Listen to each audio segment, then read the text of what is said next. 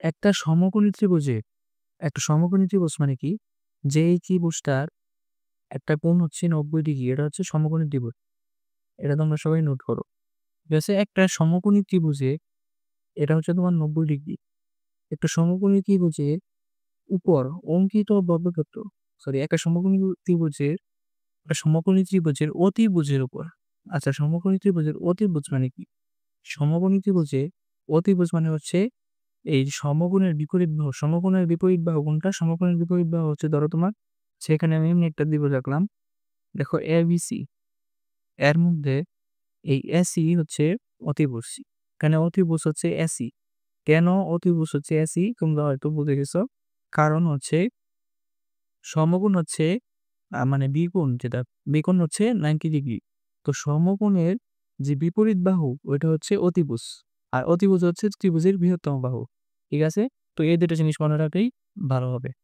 আচ্ছা, তো কি বলছে? একটা সমকোণী ত্রিভুজের অতিভুজের উপর ধরো এখানে একটা সমকোণী ত্রিভুজ আমি রাখতেছি যে ত্রিভুজে একটা কোণ ৯০ ডিগ্রি তাকে সমকোণী ত্রিভুজ বলে। এই সমকোণী ত্রিভুজে অতিভুজের উপর অতিভুজ মানে কি? অতিভুজ মানে হচ্ছে যে এইটা। এই অতিভুজের উপর অঙ্কিত বর্গক্ষেত্র। আচ্ছা এখানে একটা বর্গক্ষেত্র অঙ্কন করতে হবে। ধরে নাও এটা একটা বর্গক্ষেত্র। বর্গক্ষেত্র মানে কি? যে বর্গটা আসলে কি? যে চতুর্ভুজের ৪ বাহু সমান একটি বর্গ হলো। আচ্ছা।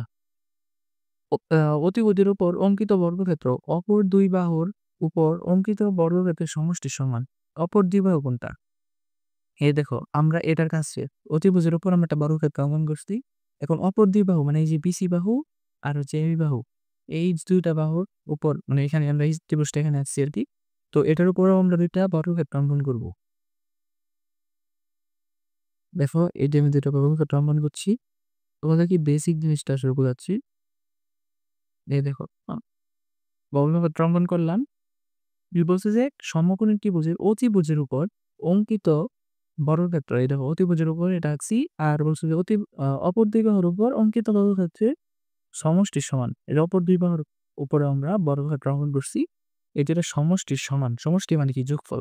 ধরো এই বাহুটা আমরা এটার এক বাহুর দৈর্ঘ্য আমরা যদি AB ধরি, ধরো এখানে A আর এই বাহুটা আমরা ABC বললাম। ত্রিভুজটা আসলে ABC।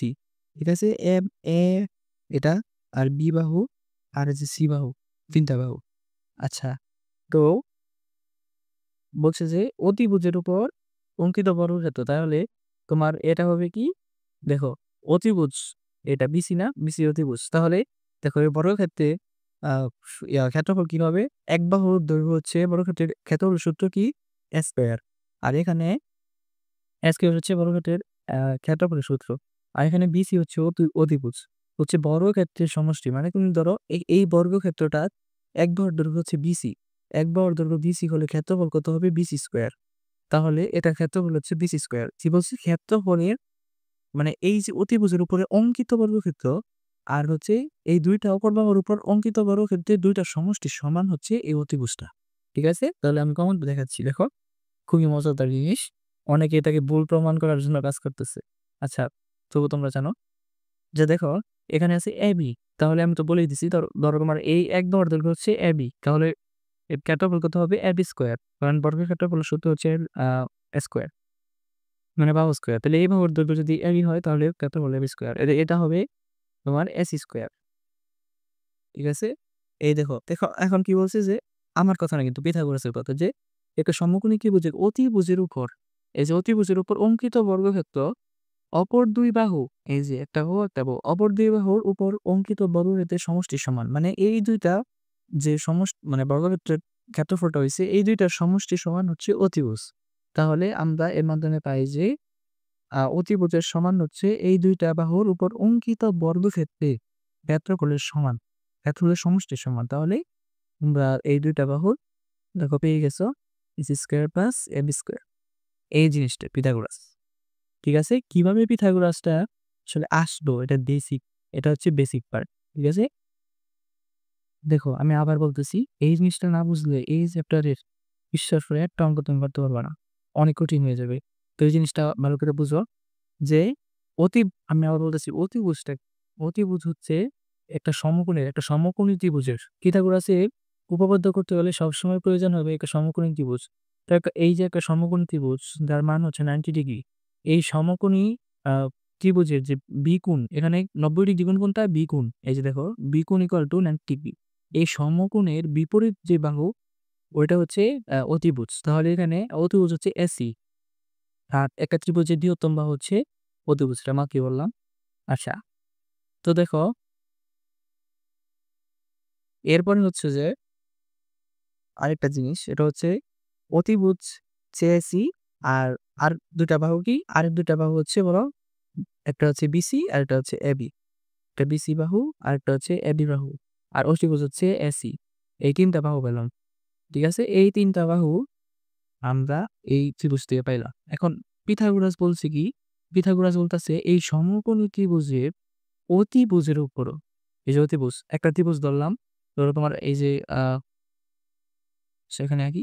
একটা সমকোণী ত্রিভুজ ধরলাম। এটার এই বাহু ধরলাম আমি A, এটা ধরলাম B, এটা ধরলাম C। আর এটার মধ্যে অবশ্যই এক কোণ সমান 90 ডিগ্রি হতে হবে। তো এই ত্রিভুজটারই পিথাগোরাস বলতেছে যে এই AB বাহুর উপর মানে অতিভুজের BC র উপর বলছে যে একটা সমকোণী ত্রিভুজের অতিভুজের উপর অঙ্কিত বর্গক্ষেত্র এই অঙ্কিত যে বর্গক্ষেত্র এটা আর হচ্ছে যে অপর ২ বাহুর উপর অঙ্কিত বর্গক্ষেত্র, অপর ২ বাহু কোনটা? এই যে AB আর S। অপর ২ বাহুর উপরও অঙ্কিত বর্গক্ষেত্রের আ সমষ্টি সমান হচ্ছে অতিভুজ। মানে অতিভুজটার মানে এই যে অতিভুজ এটার উপর অঙ্কিত যে বর্গক্ষেত্র এটা সমান হচ্ছে এটার ইকুয়াল টু হচ্ছে এই যে অপর ২ বাহু এটার উপর অঙ্কিত বর্গক্ষেত্রের সমান, সমষ্টি সমান। তাহলে এই ২ টার যোগফল ইকুয়াল টু অতিভুজ। একবারে সহজ কথা এটা বোঝানোর জন্যই। তাহলে অতিভুজ যে উপর যে বর্গক্ষেত্রটা ওইটা হচ্ছে BC স্কয়ার। BC স্কয়ার কেন হবে? কারণ এর একটা বর্গক্ষেত্র। আর বর্গক্ষেত্রের ক্ষেত্রফলের সূত্র হচ্ছে স্কয়ার। আর এই বাহুটা হচ্ছে এক বাহুর দৈর্ঘ্য হচ্ছে BC। অর্থাৎ এক বাহুর দৈর্ঘ্য হচ্ছে BC। তো এক বাহুর দৈর্ঘ্য BC হলে সমস্তটার ক্ষেত্রফল কত হবে? স্কয়ার মানে BC square equal to BC square. তাহলে এটা BC স্কয়ার ইকুয়াল টু এই ২ টা বাহুর উপর অঙ্কিত বর্গক্ষেত্রের সমষ্টি মানে AB স্কয়ার আর AC স্কয়ার।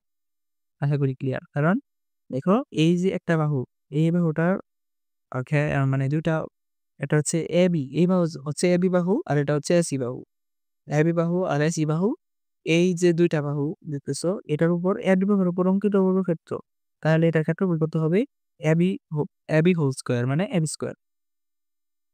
আর এটার আ ক্ষেত্রফল কত হবে? AC হোল স্কয়ার মানে A স্কয়ার আরকি। তো এটা হবে AC স্কয়ার। তাহলে এই যে ২ টা এটা আর এটা এই অপর ২ বাহুর সমষ্টির সমান হচ্ছে অতিভুজ। ক্লিয়ার? তাহলে অতিভুজ ইকুয়াল টু এই যে তোমার এই বাহুর সমষ্টি যোগফল এই বাহুর বর্গক্ষেত্রের সমষ্টিটা আরকি। মানে যেটা আমরা জানি যে অতিভুজ অতএব অতিভুজ মানে BC অতিভুজ ইকুয়াল টু লম্ব স্কয়ার প্লাস ডিম স্কয়ার। আশা করি তোমরা পেয়ে গেছো যে এই অতিভুজের যে সূত্রটা এটা আসলে পিথাগোরাস কিভাবে আবিষ্কার করলো। তো এটা হচ্ছে মেইন সূত্রটা। অতিভুজ স্কয়ার ইকুয়াল টু লম্ব স্কয়ার প্লাস ভূমি স্কয়ার। তো এটা বোঝানোর জন্য আমি এতক্ষণ কথা বললাম। তো আশা করি তোমরা বুঝছো। কারণ এই দেখো অতিভুজ এটা হচ্ছে অতিভুজ। আমরা যেটা প্রমাণ করলাম মাত্র যে এই যে অতিভুজের উপর অঙ্কিত বর্গক্ষেত্র কি? এই BC আর প্রকৃত বর্গক্ষেত্রের ক্ষেত্রফলের সূত্র হচ্ছে স্কয়ার। তাহলে BC স্কয়ার।